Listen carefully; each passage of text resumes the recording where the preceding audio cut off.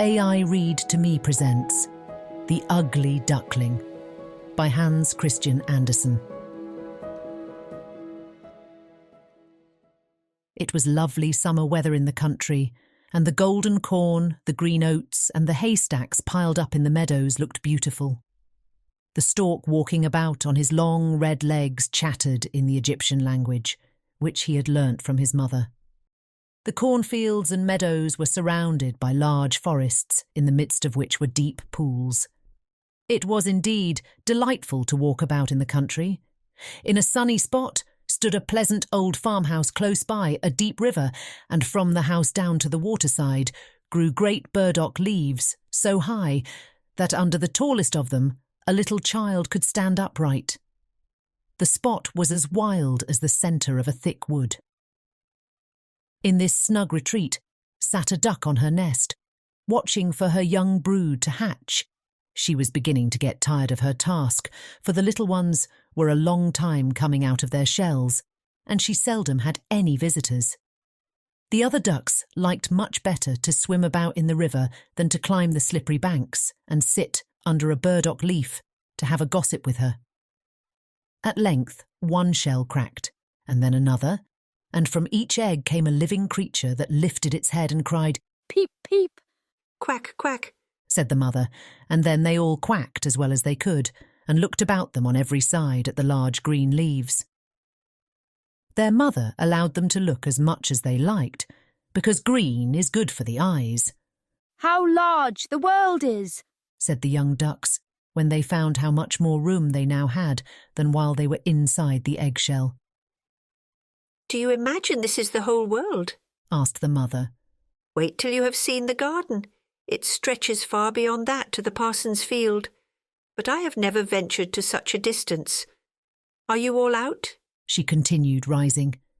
"No, I declare the largest egg lies there still. I wonder how long this is to last. I'm quite tired of it." And she seated herself again on the nest. "Well, how are you getting on?" asked an old duck who paid her a visit. "One egg is not hatched yet," said the duck. "It will not break. But just look at all the others. Are they not the prettiest little ducklings you ever saw? They are the image of their father, who is so unkind he never comes to see." "Let me see the egg that will not break," said the duck. "I have no doubt it is a turkey's egg. I was persuaded to hatch some once, and after all my care and trouble with the young ones, they were afraid of the water. I quacked and clucked, but all to no purpose. I could not get them to venture in. Let me look at the egg. Yes, that is a turkey's egg. Take my advice, leave it where it is, and teach the other children to swim." "I think I will sit on it a little while longer," said the duck. "as I have sat so long already. A few days will be nothing." "Please yourself," said the old duck, and she went away. At last the large egg broke, and a young one crept forth, crying, "Peep, peep!" It was very large and ugly. The duck stared at it and exclaimed, "It is very large and not at all like the others. I wonder if it really is a turkey. We shall soon find it out, however, when we go to the water. It must go in if I have to push it myself." On the next day the weather was delightful, and the sun shone brightly on the green burdock leaves, so the mother duck took her young brood down to the water and jumped in with a splash. "Quack, quack!" cried she, and one after another the little ducklings jumped in. The water closed over their heads, but they came up again in an instant, and swam about quite prettily with their legs paddling under them as easily as possible, and the ugly duckling was also in the water swimming with them. "Oh," said the mother, "that is not a turkey. How well he uses his legs and how upright he holds himself. He is my own child, and he is not so very ugly after all if you look at him properly. Quack, quack! Come with me now. I will take you into grand society and introduce you to the farmyard, but you must keep close to me, or you may be trodden upon. And above all, beware of the cat." When they reached the farmyard, there was a great disturbance. 2 families were fighting for an eel's head, which, after all, was carried off by the cat. "See, children, That is the way of the world, said the mother duck, wetting her beak, for she would have liked the eel's head herself. Come now, use your legs, and let me see how well you can behave. You must bow your heads prettily to that old duck yonder. She is the highest born of them all, and has Spanish blood, therefore she is well off. Don't you see, she has a red flag tied to her leg, which is something very grand, and a great honour for a duck. It shows that everyone is anxious not to lose her, as she can be recognised both by man and beast. Come now, don't turn your toes. A well-bred duckling spreads his feet wide apart, just like his father and mother, in this way. Now bend your neck and say, quack. The ducklings did as they were bid, but the other duck stared and said, Look, here comes another brood, as if there were not enough of us already. And what a queer-looking object one of them is. We don't want him here. And then one flew out and bit him in the neck. Let him alone, said the mother. He is not doing any harm. Yes, but he is so big and ugly, said the spiteful duck. And therefore he must be turned out.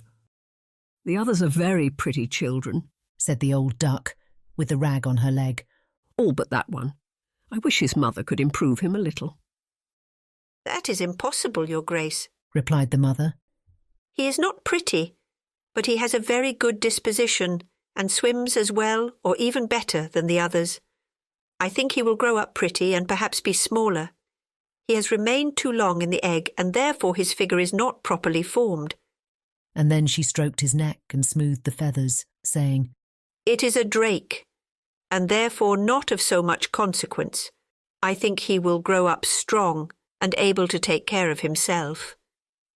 The other ducklings are graceful enough, said the old duck.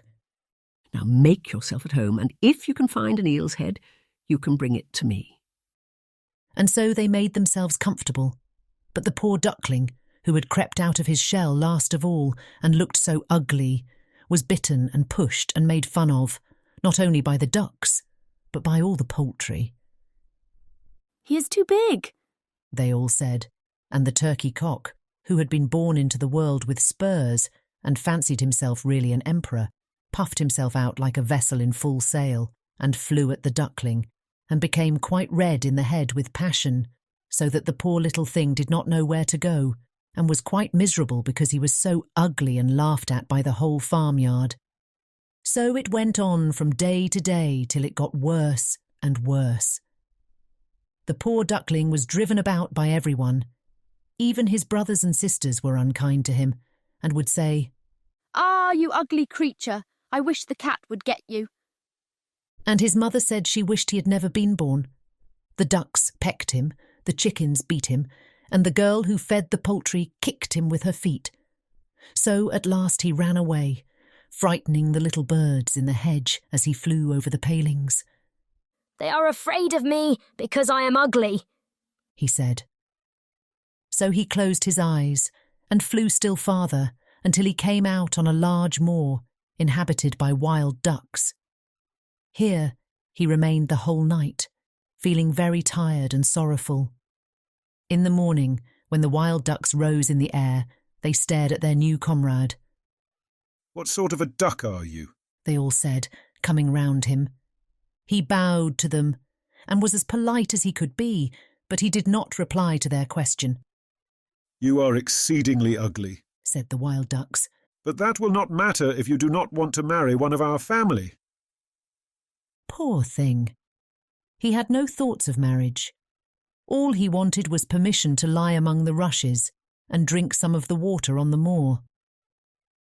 After he had been on the moor 2 days, there came 2 wild geese, or rather goslings, for they had not been out of the egg long and were very saucy. Listen, friend, said one of them to the duckling. You are so ugly that we like you very well. Will you go with us and become a bird of passage? Not far from here is another moor, in which there are some pretty wild geese, all unmarried. It is a chance for you to get a wife. You may be lucky, ugly as you are. Pop, pop, sounded in the air, and the 2 wild geese fell dead among the rushes, and the water was tinged with blood. Pop, pop, echoed far and wide in the distance, and whole flocks of wild geese rose up from the rushes. The sound continued from every direction, for the sportsmen surrounded the moor, and some were even seated on branches of trees overlooking the rushes. The blue smoke from the guns rose like clouds over the dark trees, and as it floated away across the water, a number of sporting dogs bounded in among the rushes, which bent beneath them wherever they went. How they terrified the poor duckling. He turned away his head to hide it under his wing, and at the same moment a large, terrible dog passed quite near him. His jaws were open, his tongue hung from his mouth, and his eyes glared fearfully. He thrust his nose close to the duckling, showing his sharp teeth, and then, splash, splash, he went into the water without touching him. "Ooh," sighed the duckling. "how thankful I am for being so ugly. Even a dog will not bite me." And so he lay quite still while the shot rattled through the rushes and gun after gun was fired over him. It was late in the day before all became quiet, but even then the poor young thing did not dare to move. He waited quietly for several hours, and then, after looking carefully around him, hastened away from the moor as fast as he could. He ran over field and meadow till a storm arose, and he could hardly struggle against it. Towards evening, he reached a poor little cottage that seemed ready to fall, and only remained standing because it could not decide on which side to fall first. The storm continued so violent that the duckling could go no farther. He sat down by the cottage, and then he noticed that the door was not quite closed in consequence of one of the hinges having given way. There was therefore a narrow opening near the bottom, large enough for him to slip through, which he did very quietly, and got a shelter for the night. A woman, a tom-cat, and a hen lived in this cottage. The tom-cat, whom the mistress called "my little son," was a great favourite. He could raise his back and purr, and could even throw out sparks from his fur if it were stroked the wrong way. The hen had very short legs, so she was called Chickie Shortlegs. She laid good eggs, and her mistress loved her as if she had been her own child. In the morning, the strange visitor was discovered, and the tom-cat began to purr and the hen to cluck. "What is that noise about?" said the old woman, looking round the room, but her sight was not very good. Therefore, when she saw the duckling, she thought it must be a fat duck that had strayed from home. "Oh, what a prize!" she exclaimed. "I hope it is not a drake, for then I shall have some duck's eggs. I must wait and see." So the duckling was allowed to remain on trial for 3 weeks, but there were no eggs. Now the tom-cat was the master of the house, and the hen was mistress, and they always said, "We and the world." for they believed themselves to be half the world, and the better half too. The duckling thought that others might hold a different opinion on the subject, but the hen would not listen to such doubts. "Can you lay eggs?" she asked. "No." "Then have the goodness to hold your tongue." "Can you raise your back or purr or throw out sparks?" said the tom-cat. "No." "Then you have no right to express an opinion when sensible people are speaking." So the duckling sat in a corner, feeling very low-spirited, till the sunshine and the fresh air came into the room through the open door, and then he began to feel such a great longing for a swim on the water that he could not help telling the hen. "What an absurd idea," said the hen. "You have nothing else to do, therefore you have foolish fancies. If you could purr or lay eggs, they would pass away." "But it is so delightful to swim about on the water," said the duckling. "and so refreshing to feel it close over your head while you dive down to the bottom." "Delightful indeed," said the hen. "Why, you must be crazy. Ask the cat. He is the cleverest animal I know. Ask him how he would like to swim about on the water or to dive under it, for I will not speak of my own opinion. Ask our mistress, the old woman. There is no one in the world more clever than she is. Do you think she would like to swim or to let the water close over her head?" "You don't understand me," said the duckling. "We don't understand you? Who can understand you, I wonder?" Do you consider yourself more clever than the cat or the old woman? I will say nothing of myself. Don't imagine such nonsense, child, and thank your good fortune that you have been received here. Are you not in a warm room and in society from which you may learn something? But you are a chatterer, and your company is not very agreeable. Believe me, I speak only for your own good. I may tell you unpleasant truths, but that is a proof of my friendship. I advise you, therefore, to lay eggs and learn to purr as quickly as possible. I believe I must go out into the world again, said the duckling. Yes, do, said the hen. So the duckling left the cottage and soon found water on which it could swim and dive, but was avoided by all other animals because of its ugly appearance. Autumn came, and the leaves in the forest turned to orange and gold. Then, as winter approached, the wind caught them as they fell and whirled them in the cold air. The clouds, heavy with hail and snowflakes, hung low in the sky, and the raven stood on the ferns crying, "Croak, croak." It made one shiver with cold to look at him. All this was very sad for the poor little duckling. One evening, just as the sun set amid radiant clouds, there came a large flock of beautiful birds out of the bushes. The duckling had never seen any like them before. They were swans, and they curved their graceful necks, while their soft plumage shone with dazzling whiteness. They uttered a singular cry as they spread their glorious wings and flew away from those cold regions to warmer countries across the sea. As they mounted higher and higher in the air, the ugly little duckling felt quite a strange sensation as he watched them. He whirled himself in the water like a wheel, stretched out his neck towards them, and uttered a cry so strange that it frightened himself. Could he ever forget those beautiful, happy birds? And when at last they were out of his sight, he dived under the water and rose again, almost beside himself with excitement.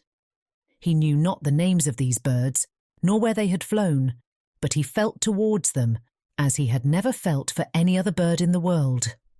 He was not envious of these beautiful creatures, but wished to be as lovely as they. Poor ugly creature! How gladly he would have lived even with the ducks had they only given him encouragement. The winter grew colder and colder. He was obliged to swim about on the water to keep it from freezing, but every night the space on which he swam became smaller and smaller. At length it froze so hard that the ice in the water crackled as he moved, and the duckling had to paddle with his legs as well as he could to keep the space from closing up. He became exhausted at last, and lay still and helpless, frozen fast in the ice. Early in the morning, a peasant who was passing by saw what had happened. He broke the ice in pieces with his wooden shoe and carried the duckling home to his wife. The warmth revived the poor little creature, but when the children wanted to play with him, the duckling thought they would do him some harm, so he started up in terror, fluttered into the milk pan, and splashed the milk about the room. Then the woman clapped her hands, which frightened him still more. He flew first into the butter cask, then into the meal tub, and out again. What a condition he was in! The woman screamed and struck at him with the tongs. The children laughed and screamed and tumbled over each other in their efforts to catch him, but luckily he escaped. The door stood open. The poor creature could just manage to slip out among the bushes and lie down quite exhausted in the newly fallen snow. It would be very sad were I to relate all the misery and privations which the poor little duckling endured during the hard winter. But when it had passed, he found himself lying one morning in a moor amongst the rushes. He felt the warm sun shining and heard the lark singing and saw that all around was beautiful spring. Then the young bird felt that his wings were strong as he flapped them against his sides and rose high into the air. They bore him onwards until he found himself in a large garden before he well knew how it had happened. The apple trees were in full blossom, and the fragrant elders bent their long green branches down to the stream which wound round a smooth lawn. Everything looked beautiful in the freshness of early spring. From a thicket close by came 3 beautiful white swans, rustling their feathers and swimming lightly over the smooth water. The duckling remembered the lovely birds and felt more strangely unhappy than ever. "I will fly to those royal birds," he exclaimed, "and they will kill me because I am so ugly and dare to approach them. But it does not matter.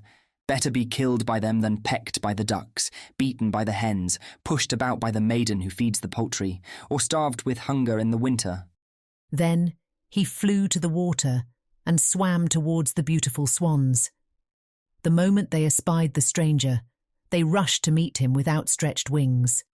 "Kill me," said the poor bird, and he bent his head down to the surface of the water and awaited death. But what did he see in the clear stream below? His own image, no longer a dark grey bird, ugly and disagreeable to look at, but a graceful and beautiful swan. To be born in a duck's nest, in a farmyard, is of no consequence to a bird, if it is hatched from a swan's egg. He now felt glad at having suffered sorrow and trouble, because it enabled him to enjoy so much better all the pleasure and happiness around him. For the great swans swam round the newcomer and stroked his neck with their beaks as a welcome. Into the garden presently came some little children and threw bread and cake into the water. "See," cried the youngest, "there is a new one."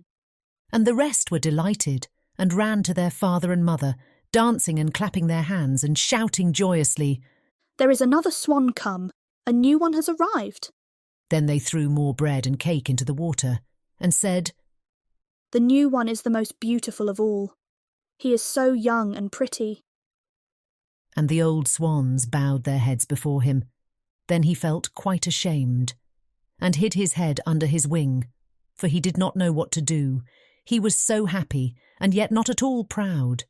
He had been persecuted and despised for his ugliness, and now he heard them say he was the most beautiful of all the birds.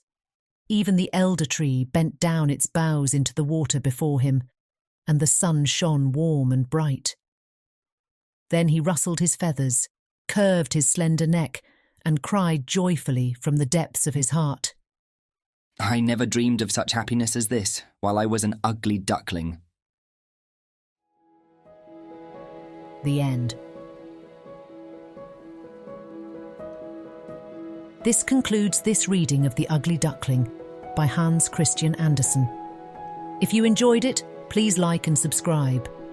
To request our next book or shop our store, visit aireadtome.com. Thanks for listening.